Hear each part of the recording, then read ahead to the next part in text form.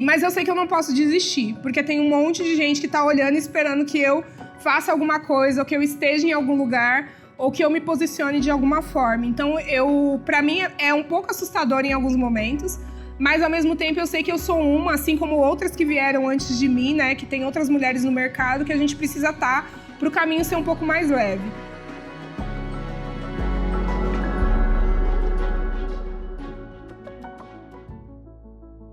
Me identifico como uma mulher preta, periférica e mãe. Eu acho que é as 3 coisas que me identificam. Continuo morando 40 anos no mesmo lugar, conheço todas as minhas vizinhas e a vida de todos os vizinhos, que eu gosto muito. Fiz todo o meu ensino fundamental, médio, em escola pública. E aí eu fui trabalhar num cursinho popular, ajudar outros jovens. Eu sempre fui muito estudiosa, eu sempre fui muito cobrada. E hoje eu entendo um pouco que eu fui muito cobrada também, porque meus pais já diziam que eu tinha que ser melhor por conta da minha cor, do meu CEP. Ajudando nesse cursinho, eu vi uma mulher preta, periférica, falando que ela estava se formando em jornalismo.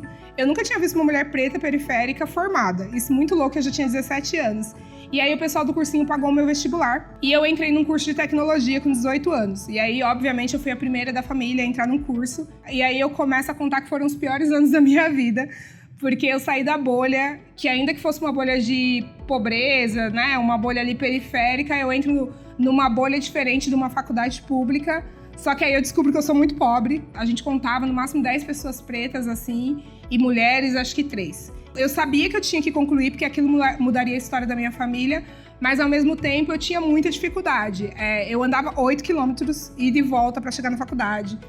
Tinha vontade de comer e não podia, não tinha os materiais adequados, mas eu consegui. Me formei com 10 e tudo. Só que eu não tinha experiência, não tinha inglês fluente, né? Eu era só uma menina com uma faculdade com 20 e poucos anos e acabei indo dar aula na rede pública de São Paulo. Fui contratada pela rede municipal na época para dar aula de informática, que aí eu já tinha uma profissão. Segui na área do social e nunca fui para a área de tecnologia. E era uma paixão, era aquela professorinha de filme que tinha sua mochilinha, levava aluno para museu. Entrei em ônibus, era apaixonada, mas teve uma situação de violência na sala que me paralisou, né? Uma aluna quis me agredir porque eu reprovei ela. E hoje eu dou risada, mas aquele tempo pra mim foi muito chocante. E aí eu parei de dar aula e fui trabalhar com causas de gênero. Eu entrei num instituto que se chama Consulado da Mulher, onde eu atuei durante 11 anos. E fui trabalhar com empoderamento feminino. Sabia o que era empoderamento feminino? Obviamente que não. Isso daí eu tô falando de 2007, 2008. Cheguei a ser conselheira de políticas para mulheres da cidade de São Paulo, então foi um trabalho incrível, assim, que eu me descobri como mulher. A fundação tinha 2 pessoas e um sonho grande de levar a tecnologia para todos os jovens do país. A fundação já tinha o Aprendizap é um chatbot de educação. A gente atende quase 3,5 milhões de professores e alunos no Brasil. Naquele momento a gente atendia um pouco mais de 100 mil pessoas. O meu desafio era fazer isso tudo acontecer e convencer os investidores que não tinham naquele momento tantas pessoas a fazer a fundação crescer. Primeira coisa que foi o grande desafio é enxugar os diversos projetos que a fundação tinha, que a gente atacava várias áreas, e conectar onde a gente queria chegar, né? A gente quer chegar de ponta a ponta na educação. Então, desde a direção da escola até a sala de aula, na comunidade, visualizando as ONGs que estão atendendo para que elas possam atender aqueles alunos. Então, hoje a gente tem 3 projetos diretamente, né? Um que a gente ensina por meio de educação, que é o Aprendizap, e os outros que a gente fomenta a educação, que são 2 projetos que a gente olha organizações sociais que também atuam com educação em comunidades. Eu vinha de um momento de adoecimento profissional e eu não queria ir para a fundação, assim, quando eu vi que já estava ali nos finalmente, eu quase desisti do processo seletivo e foi uma amiga minha, né, uma outra mulher negra que falou, não, você tem que ir porque essa é a sua cadeira, não tem que regredir, você vai dar conta. E aí eu cheguei na fundação para responder pro Fabrício, que é atual presidente do iFood, e fazer a fundação crescer. Então hoje a gente tem aí, direto e indiretamente, mais de 20 pessoas trabalhando na fundação. E é muito interessante, eu entrei como coordenadora na fundação. Então eu não tinha nenhuma pretensão de me tornar diretora, eu achava que eu ia durar 1 mês na fundação quando eu cheguei. Quando eu fui nomeada diretora executiva, eu entendi o poder da transformação, né? De como a minha pessoa tem um impacto grande na vida das pessoas. É engraçado que as pessoas falam, a Kelly vai vir, a diretora da fundação. Quem é a Kelly, gente? Tipo, eu vou, sou eu. Foi muito mais simples do que eu imaginava, no sentido de eu já fazia tudo, eu já era essa pessoa, mas eu não me reconhecia no título, no cargo. Por que eu tomei essa decisão também, eu gosto de falar? Porque o cargo, o título, pra mim, da onde eu venho, faz a diferença. Muita gente fala, cargo não leva ninguém a nada, não precisa. Mas, assim, pra mim, faz a diferença porque outras pessoas vão ver que podem, que foi um pouco do que a gente falou um pouco antes, né? Então, se eu tô ali, eu sou só uma líder, eu sou a coordenadora, né? As pessoas às vezes falam, não, coordenadora todo mundo chega. Mas eu sendo a diretora, eu faço parte dos 3% da população negra hoje no Brasil que estão em cargos de alta liderança. E de mulheres negras, que é muito menor. Acho que tem uns 10, 15 anos assim, que eu entendi esse processo de que eu preciso ter pessoas.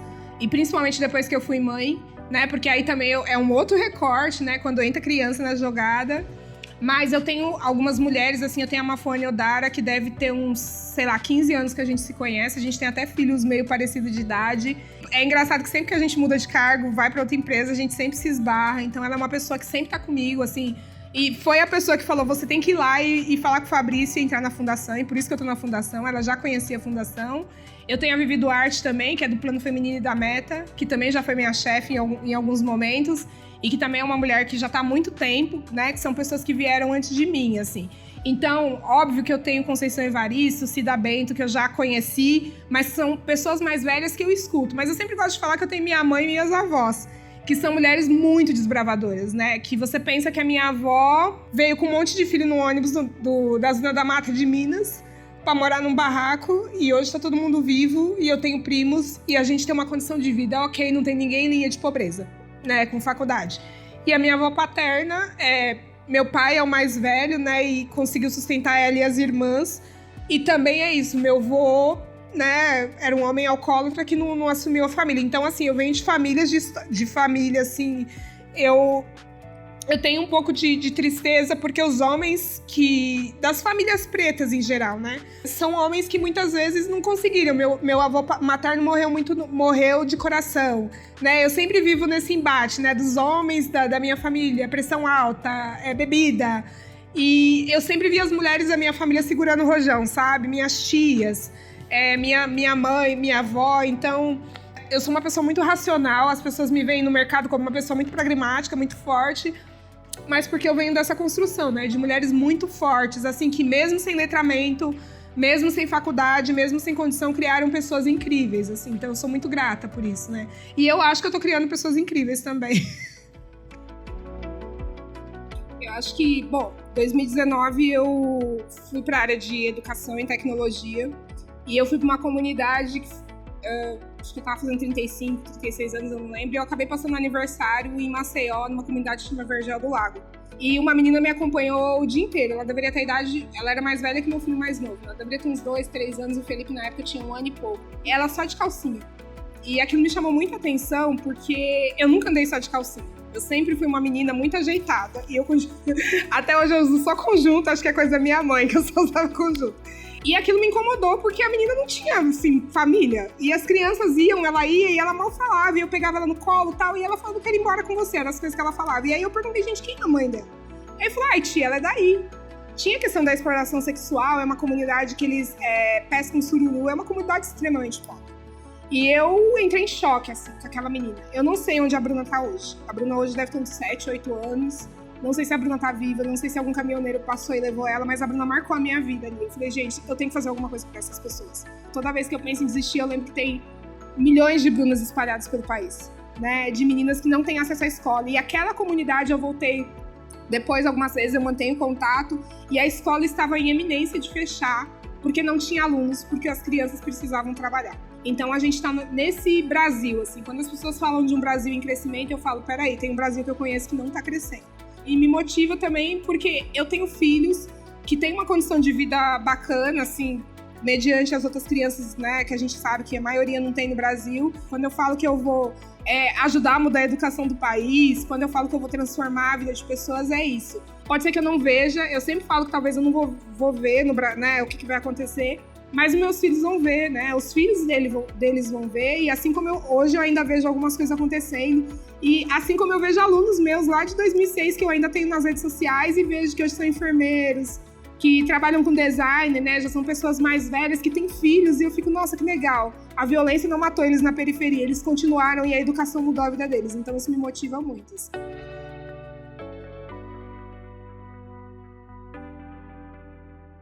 Para mim é muito isso, né? Se você não investe na periferia, se você não investe na periferia rural e urbana, não investe em educação, como que daqui a uns anos você vai ter a diversidade dentro das empresas? Então as pessoas, eu acho que elas não fazem uma conta muito lógica.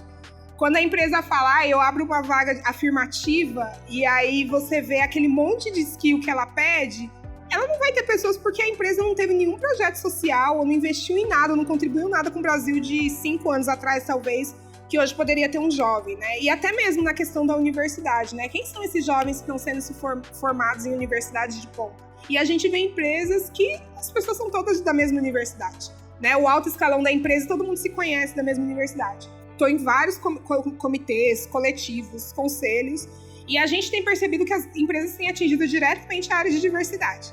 Então, tem um grande layoff numa empresa de tecnologia, quando você vê a área de people, blá, blá, blá, aí as pessoas que estavam de diversidade, os comitês. Então, eu tenho uma preocupação muito grande se realmente as empresas seguem olhando para a diversidade. Minha opinião, acho que não. Acho que as empresas hoje já mudaram o canhão para a área de sustentabilidade. Acho que está todo mundo muito olhando para 2030, muito olhando para a COP, e que bom, porque né, a gente está vendo a questão climática.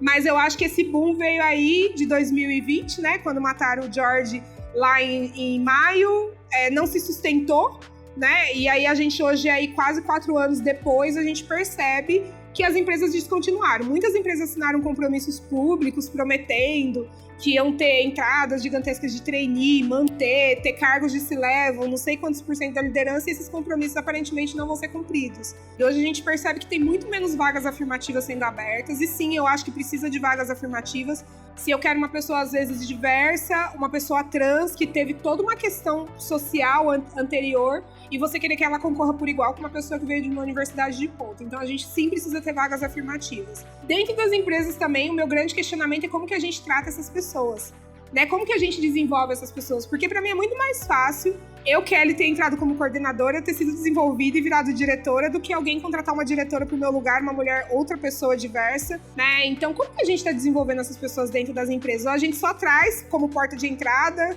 com uma vaga ali de analista, de especialista, e mantém aquela pessoa ali, e aí não desenvolve ela. E aí, quando eu quero um vice-presidente, eu quero um diretor, eu vou lá no mercado e pego de outra empresa. Eu acho que a sociedade precisa começar a se mover, né? A gente fala de boicote, por exemplo, todo mundo fala, vamos boicotar, mas ninguém boicota no final do dia aquela marca que fez alguma coisa.